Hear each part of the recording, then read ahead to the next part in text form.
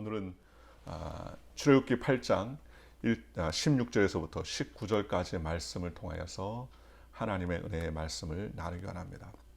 오늘 우리가 읽은 이 16절에서부터 이 19절까지 말씀은 바로 하나님께서 이스라엘 백성과 애굽 백성 사이에 나타나셨던 그러한 재앙, 세 번째 재앙이 되겠습니다. 하나님께서는 바로에게 내 백성을 보내달라라고 그렇게 요구를 하셨습니다. 그리고 그 요구를 하나님 앞에 듣지 않았던 바로에게 하나님께서는 기사와 이적을 베풀어 주셨습니다. 제일 첫 번째가 바로 애굽의 나일강 젖줄을 피가 되게 만드는, 하수가 피가 되는 그러한 역사가 있었습니다.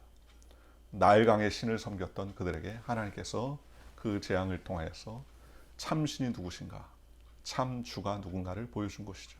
두 번째는 하수에서부터 올라오는 개구리, 그들이 개구리 형상의 우상을 섬기는 그러한 삶을 살았지 않습니까? 다산과 번영의 상징인 개구리를 통하여서 하나님께서는 진정한 이 시대의 번영의 주인이 누군가 하나님이 그것을 통해서 보여주셨습니다. 그런데 이 첫 번째, 두 번째 사건과 오늘 나타나는 이 세 번째 이 사건이 다른 게 하나 있습니다.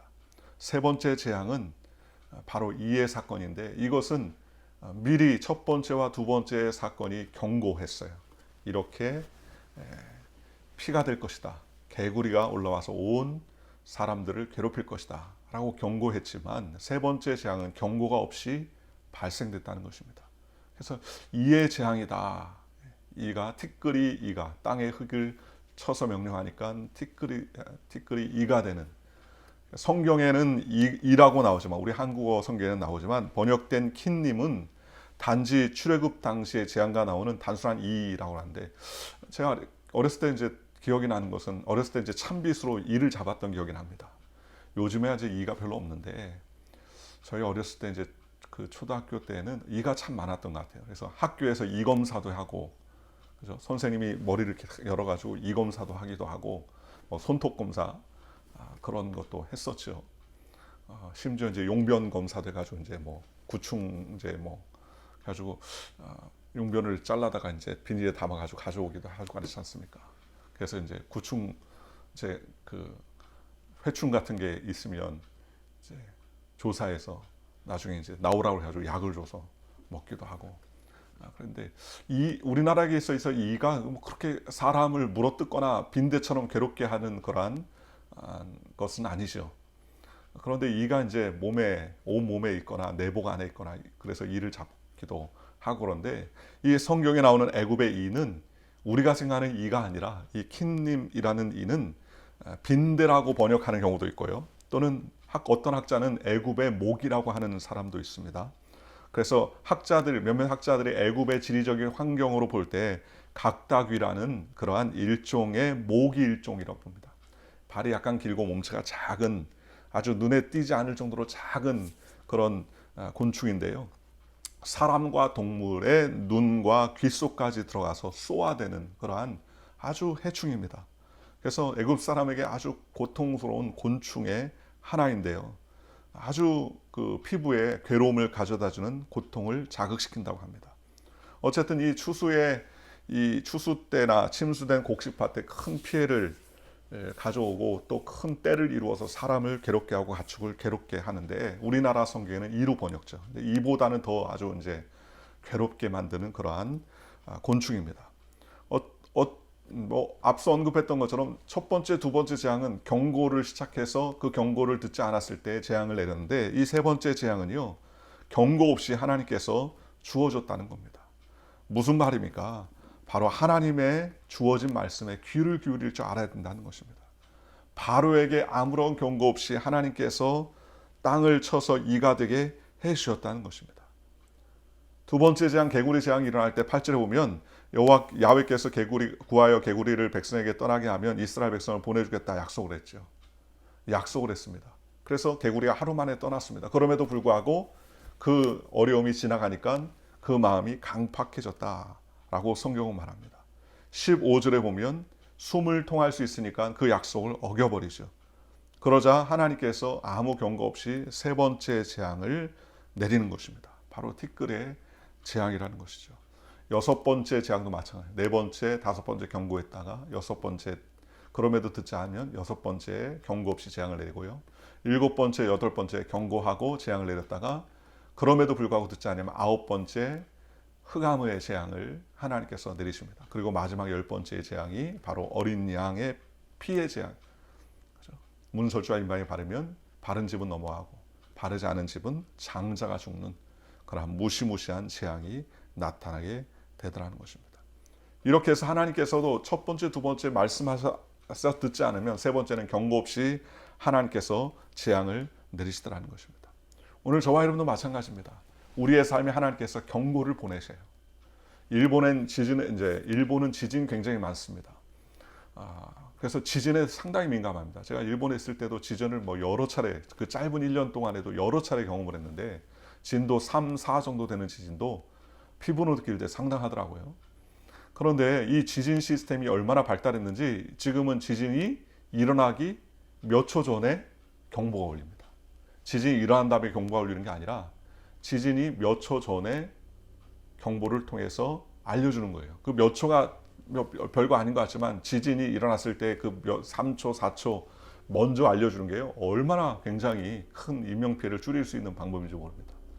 그래서 동물들, 개들이나 이러한 짐승들은요. 지진이 일어나기 몇 초 전에 벌써 직감을 해가지고 막 움직이지 않습니까? 어쨌든 이렇게 이상을 미리 알려준다는 거. 우리의 삶도 마찬가지예요. 문제와 어려움이 갑자기 닥치는 게 아니라 우리에게 경고를 보내는 것이죠. 브레이크가 닳았다. 교체를 하라. 언제 알려줍니까? 브레이크에서 소리가 납니다. 끽끽끽 쇠가는 소리가 들리면 브레이크 갈아야 될 때가 왔다는 사실을 알려주는 거예요.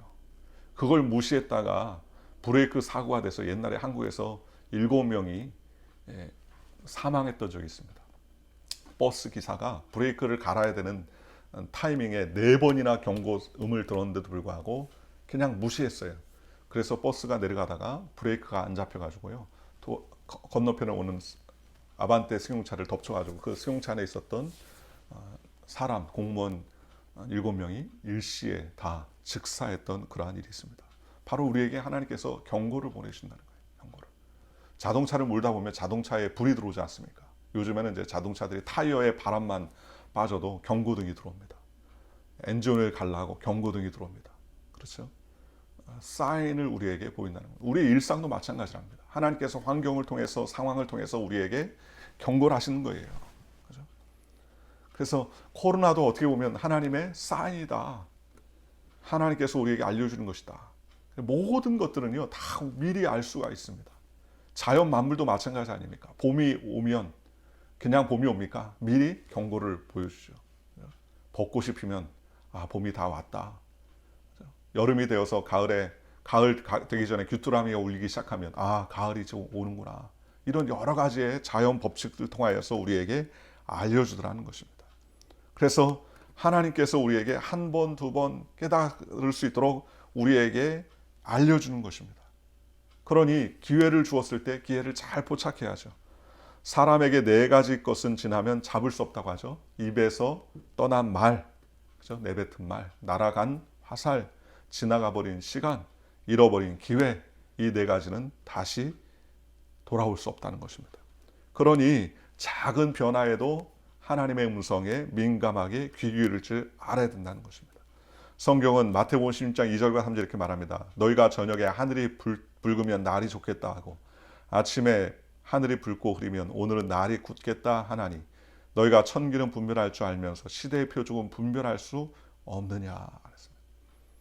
하늘에 붉은 노을을 바라보면서 기상을 예측하는 것처럼 오늘날 하나님께서도 우리의 이 시대를 분별할 줄 알아야 된다라고 말했습니다. 소돔과 고모라 때가요. 고모라 성이 멸망했지 않습니까? 불과 유황으로. 하나님께서 미리 알려주셨어요. 그럼에도 불구하고 그 조카 롯의 가족들 중에 그 아내는요. 뒤돌아보지 말아라. 할 때 뒤돌아보았다가 소금 기둥이 됐습니다. 롯의 사위들은요. 야, 소돔과 고모라가 불에 탄다라는 말을 우습게 여겼다가 그들은 건짐받지 못했다는 것입니다. 노아의 홍수 시대도 마찬가지죠. 어마어마한 배를 만들라고 말씀하시고 경고해 주셨습니다. 홍수가 난다. 비가 내린다. 여호와께 돌아오라. 노아의 삶으로 홍수를 경고했으나 그 경고를 듣지 않은 많은 사람들은 결국 하나님의 때에 심판을 받았다고 성경 말합니다. 예수님은 누가복음 17장 30절에 노아의 때와 롯의 때를 말씀하시면서 인자의 나타난 날에도 이러하리라 라고 말했습니다.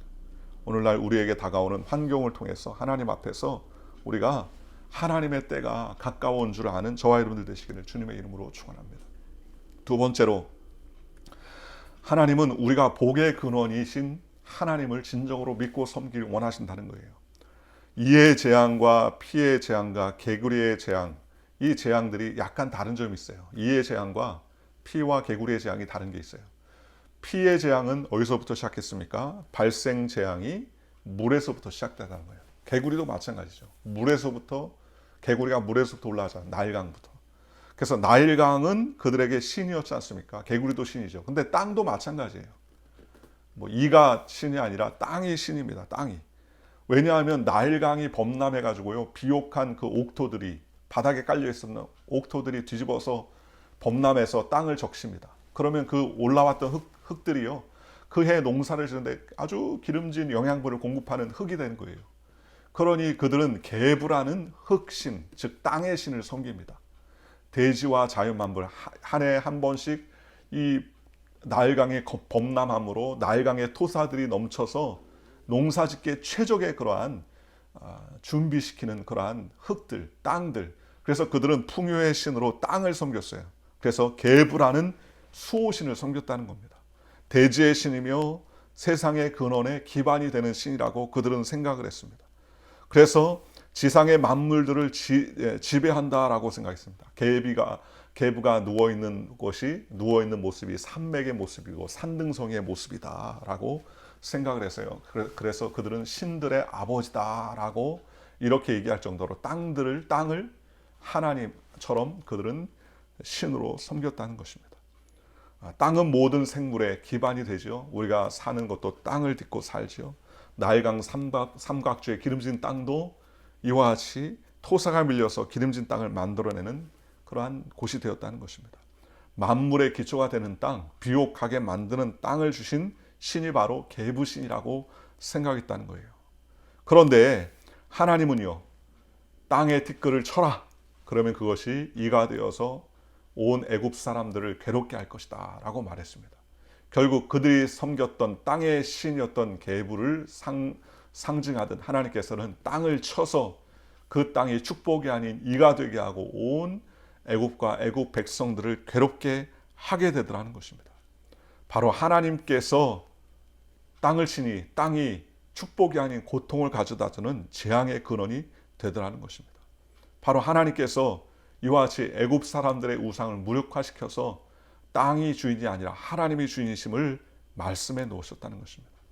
첫 번째 제약은 이집트의 사람들에게 농경과 식수의 생활에 중요한 것으로 생각하는 국가적인 차원으로 중요시했던 그러한 신들을 하나님께서 벌하시고요. 개구리, 다산과 번영의 상징인 개구리의 신을 그리고 하나님께서 치고, 세 번째는 바로 하나님께서 땅신인 계부를 하나님께서 손보심으로 말미암아 진정한 삶의 축복과 은혜가 바로 하나님이었다는 사실을 주님께서 은혜를 베풀어 주신 것이죠. 그래서 바로에게 말씀하신 것이죠. 야, 내게 땅이 축복이냐? 아니다는 거예요.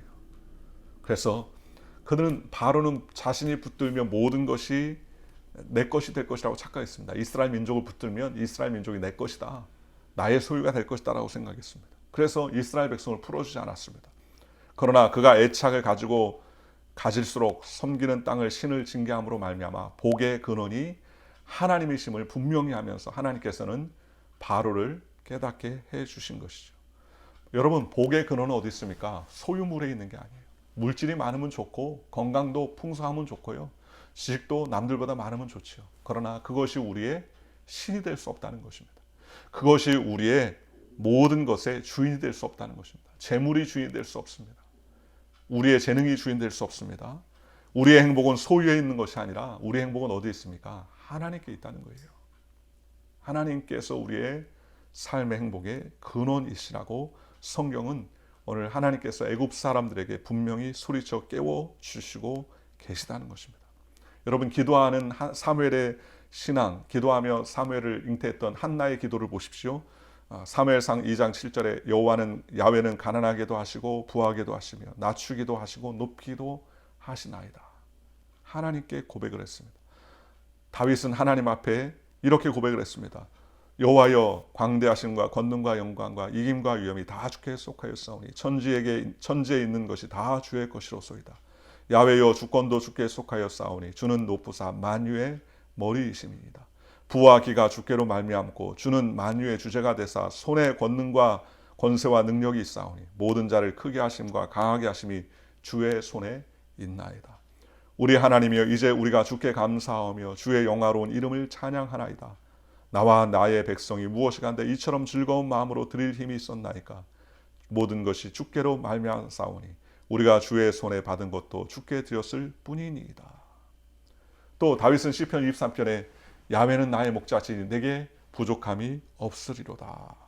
시편 18절 1절에 나의 힘이 되신 여호와여, 내가 주를 사랑하나이다.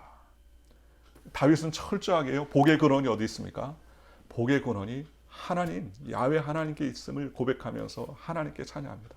생사화복이 다 하나님께 있다는 거예요. 이것을 잘 알았던 사람이 바로 다윗이었다는 것입니다. 오늘 대한민국 나라가 잘 살 수 있었던 이유가 뭡니까? 유교 동란과 일제시대의 어려움 가운데서 하나님께서 지금 이렇게 국가를 축복해 주신 이유, 뭐 여러 가지 있겠지. 리더를 잘 세운 것도 있겠지만 사실 우리나라가 언제 리더를 잘 세웠습니까? 그죠? 대통령이 얼마나 훌륭했습니까? 물론 나름대로 훌륭했겠지만, 그러나 결론적으로 생각하면요, 우리에게 있어서 하나님께서 이렇게 축복해 주신 이유 외에는 다른 게 별로 없어요. 하나님이 은혜를 베풀어 주셨습니다. 기도하니까, 하나님께 부르짖으니까, 하나님을 붙잡으니까 하나님께서 축복해 주셨지 않습니까? 그죠?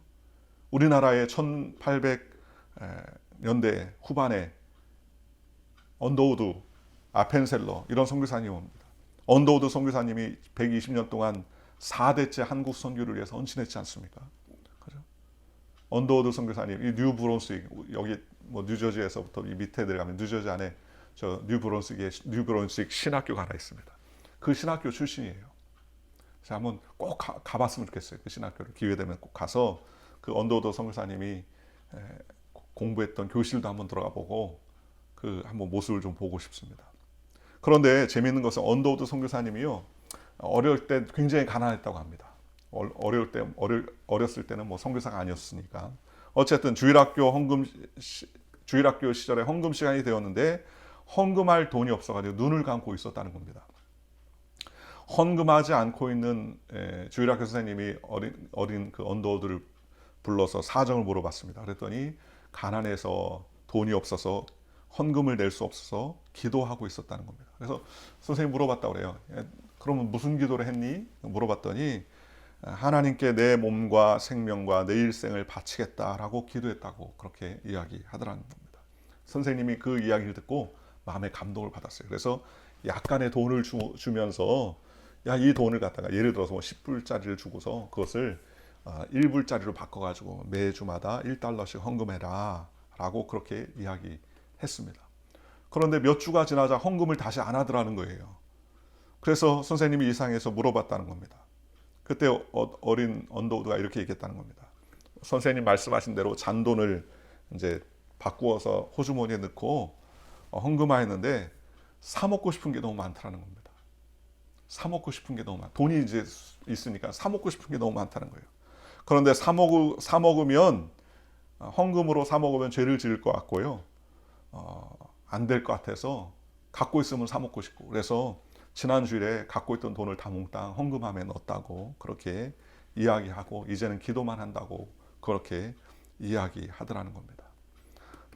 자기의 삶의 복의 근원이 하나님이라는 사실을 알았던 이 언더우드가 청년이 되어서 1884년 부활절 아침에 조선에 첫 발을 딛습니다. 우리나라 최초의 선교사로 들어와서 한민족, 우리나라 민족에게 복음을 전하는 그러한 사람이 되죠.